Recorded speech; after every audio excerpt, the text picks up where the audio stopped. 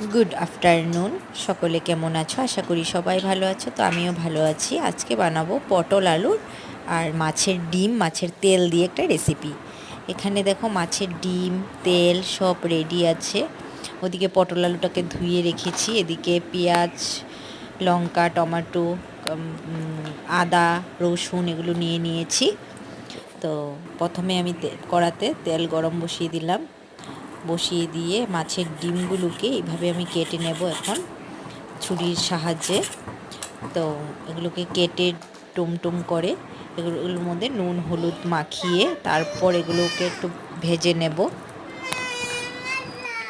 তো লাল লাল করে ভেজে নেব আমি এগুলোকে। তো দেখো লাল লাল করে ভেজে নিয়েছি এগুলোকে। তো ভেজে এবার আমি আবার কড়াতে তেল গরম করতে বসাবো। সেই তেলে আমি আলু পটলগুলোকে লাল লাল করে ভেজে নেব। নুন হলুদ দিয়ে একটু লাল লাল করে আমি ভেজে নেব এখন। দেখো পটলগুলোকে আমি কীভাবে কেটেছি, সেইভাবে কাটলে একটু ভালো লাগে, ভিতরে নুন হলুদ ঢুকবে ভালো করে। তো সেই জন্য আমি এইভাবে কেটেছি, যে যার মতো করে কাটতে পারো। তো সেগুলোকে আমি দেখো লাল লাল করে ভেজে তুলব।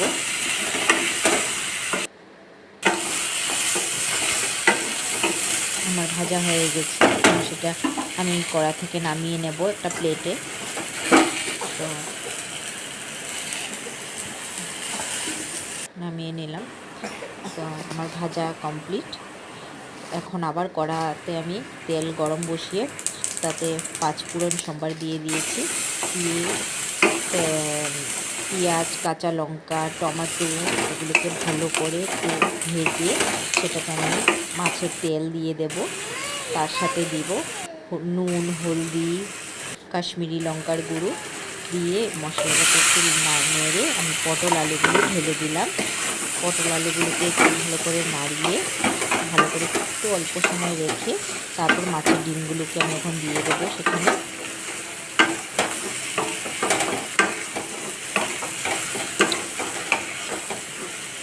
5 মিনিট নাড়িয়েছি। এবার মাছের ডিমটা আমি ঢেলে দিচ্ছি। তো দেখো মাছের ডিমটা আমি ঢেলে দিলাম।